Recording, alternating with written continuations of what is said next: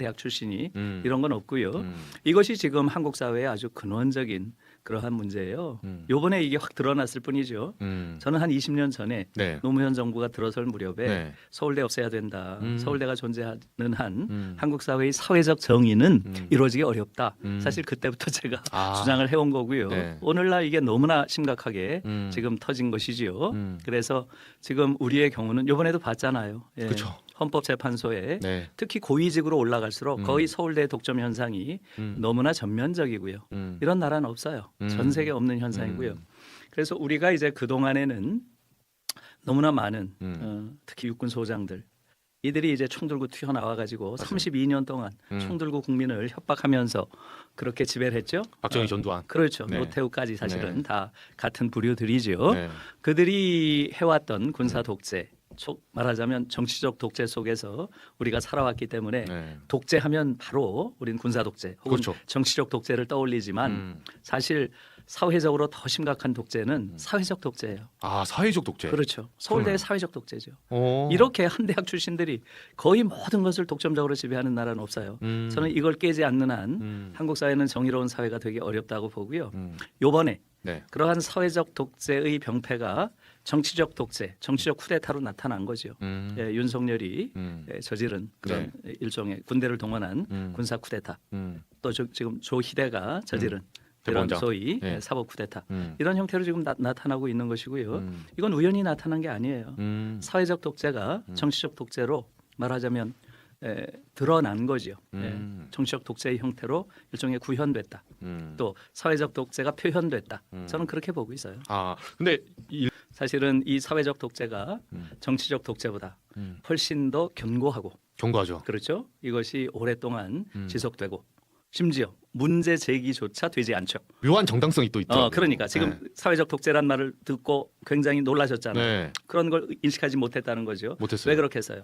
이러한 사회적 독재는 굉장히 강력한 이데올로기에 의해서 예, 정당화되기 때문에 그래요. 아. 한국 사회는 이러한 사회적 독재를 정당화하는 세 개의 이데올로기가 작동하고 있어요. 세 가지. 예, 첫째 경쟁 이데올로기, 경쟁. 둘째 능력주의 이데올로기, 셋째 공정 이데올로기예요. 공정. 예, 한국 사회는 너무나 당연하게 경쟁 이데올로기를 당연시 하고 있죠. 그렇죠. 그런데 이 경쟁 이데올로기가 굉장히 강력하게 작동하는 이유는 경쟁의 결과는 능력주의 이데올로기가 정당화해주고요.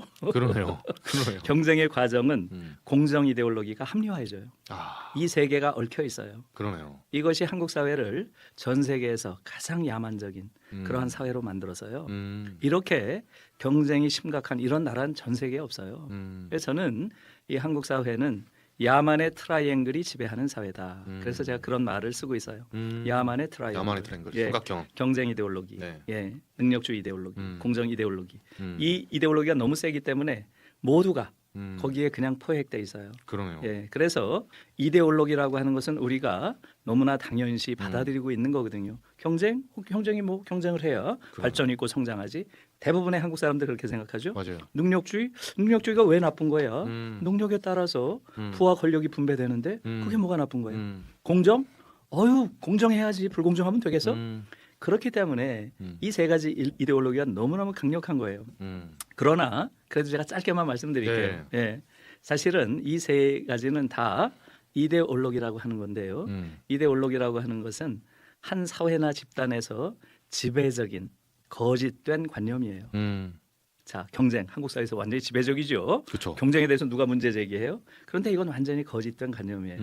대부분의 사람들이 경쟁하면 어떻게 생각합니까? 경쟁이 없는 적이 언제 있었어? 인류란 늘 경쟁 상태에 있었고 경쟁은 자연스러운 거지. 게다가 경쟁을 해야 발전이 있지. 그렇지. 네. 경쟁을 해야 성장하지. 다 그렇게 생각해요. 서로 경쟁이 부분적으로 문제가 있더라도 그건 불가피한 거지. 대부분 그렇게 생각하잖아요. 그렇죠. 그렇죠. 의자는 하나고 그렇죠. 사람 10명이면 예. 야, 여기서 경쟁을 해서 앉아야지. 그러니까 이제 그런 류의 논리죠. 네. 예. 그래서 이 이데올로기가 강력하게 지배적인 거예요. 맞네요. 그러나 이 이데올로기가 거짓된 관념이라는 걸 아는 건 쉬워요. 아주 쉬워요. 어떻게 예. 깨달을 수 있어요? 역사 속에 쏙 넣으면 금방 알 수 있어요. 아, 모든 역사. 이데올로기는 자기가 자연 상태인 것처럼 네. 자연 이야기를 하거든요. 역사 속에 넣어보세요. 역사. 300년 전에 서양으로 한번 가보세요. 그 당시에 경쟁은 뭐였나요? 예, 이것은 사회적 범죄였어요. 사회적 범죄. 사회적 범죄. 함께 협력하고 도와주고 같이 살아야지. 경쟁에서 이긴 놈이 혼자 다 먹어? 이건 범죄 행위였어요. 길드 같은 조직에서는 상인들. 사형에 처하는 아. 가장 중범죄가 경쟁이었어요. 어. 예, 한국도 똑같죠. 우리는 100년 전으로 가보세요. 그러네요. 상부상조, 개, 상호부조, 두레. 예? 그렇지 않나요? 네. 내가 혼자 경쟁에서 이겨서 다 먹어? 그런 놈은 아주 반사회적인 그러한 인간이죠. 이제 조금 이해가 가서요. 예. 그래서 이런 이데올로기는 특수한 사회적 조건이 만들어낸 지배적인 거짓된 관념이에요. 능력주의도 마찬가지예요. 능력에 따라서 모든 부와 권력이 분배된다. 그 자체는 문제 제기할 게 없죠. 그쵸. 그러나 이 능력주의라는 게 현대 사회를 완전히 파괴하는 가장 큰 그러한 심각한 그런 부정적 관념 체계예요. 거기에 대해서 최근에 네. 가장 집중적으로 분석한 게 마이클 샌델이에요. 아, 마이클 마이클 정의란 샌델. 무엇인가? 정의란 네, 무엇인가? 하버드 교수. 예, 맞습니다. 예, 마이클 샌델이 재작년에 나온 책, 예, The Tyranny of Merit, The Tyranny of Merit. 이게 복제. 예, 능력의 말하자면 폭정이라는 폭정. 뜻이죠. 아. 폭정. 우리말로 쉽게 하자면 능력주의는 폭군이다 이런 얘기예요. 아, 네, 그러네요. 능력주의가 왜 폭군이겠어요? 미국 사회의 모든 가치를 다 때려부신 폭군이라는 거예요. 아, 그래서 놀라운 얘기죠. 그러네요. 예, 이것은 트럼프 현상에 대한 분석이었어요. 트럼프 현상. 트럼프 현상을 어떻게 볼 것인가. 이것은 마이클 샌델이 하버드 대학의 정치학과 교수인 거 아시죠? 네. 예, 정치학과 교수이기 때문에 트럼프 현상에 대한 설명을 해내야죠. 어떻게 저런 현상이 일어났을까? 어떻게 인기가 있을까? 그렇죠. 인기가 있는 정도가 아니죠. 일기 때 나온 거예요. 그쵸. 지금 말고 2기 트럼프 이전에 힐러리와 붙었을 때 트럼프가 되죠. 네. 그 현상을 자기가 정치학자니까 설명해 줘야 될 거 아니에요. 그렇죠. 모든 사람들이 이해 못했잖아요. 네. 그렇죠? 네. 거기에 대해서 쓴 게 그 책이에요. 거기에 대해서 샌델이 문제 삼은 건 뭐예요? 바로 능력주의가 예, 미국 사회가 공유해 왔던 가치들, 네. 이른바 커먼굿, 공동선 이것을 다 때려부신 폭군이라는 거예요. 아. 왜 그렇겠어요? 먼저 예? 미국 사회를 아주 오만하기 이를 데 없는 엘리트들과 그들을 보면서 예, 아주 울분을 느끼는 그러한 대중들로 완전히 갈라놨다는 거예요. 이것은 사실은 미국 사회뿐만이 아니죠. 지금 한국 사회 똑같죠. 그렇죠. 예, 한국 사회가 만들어놓은 소위 능력주의 산물들, 한국 사회 엘리트들, 그들을 보면 어떻습니까? 예, 그들이 보이는 행태들, 그것은 거의 미치광이 수준의 오만함이죠.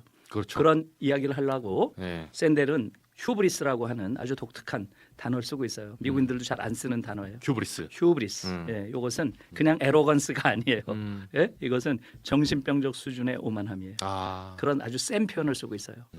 예, 능력주의가 미국 사회를 거의 광적인 오만함을 가진 엘리트와 그들을 보면서 굴욕감을 느끼는 대중들로 완전히 갈라놓았다.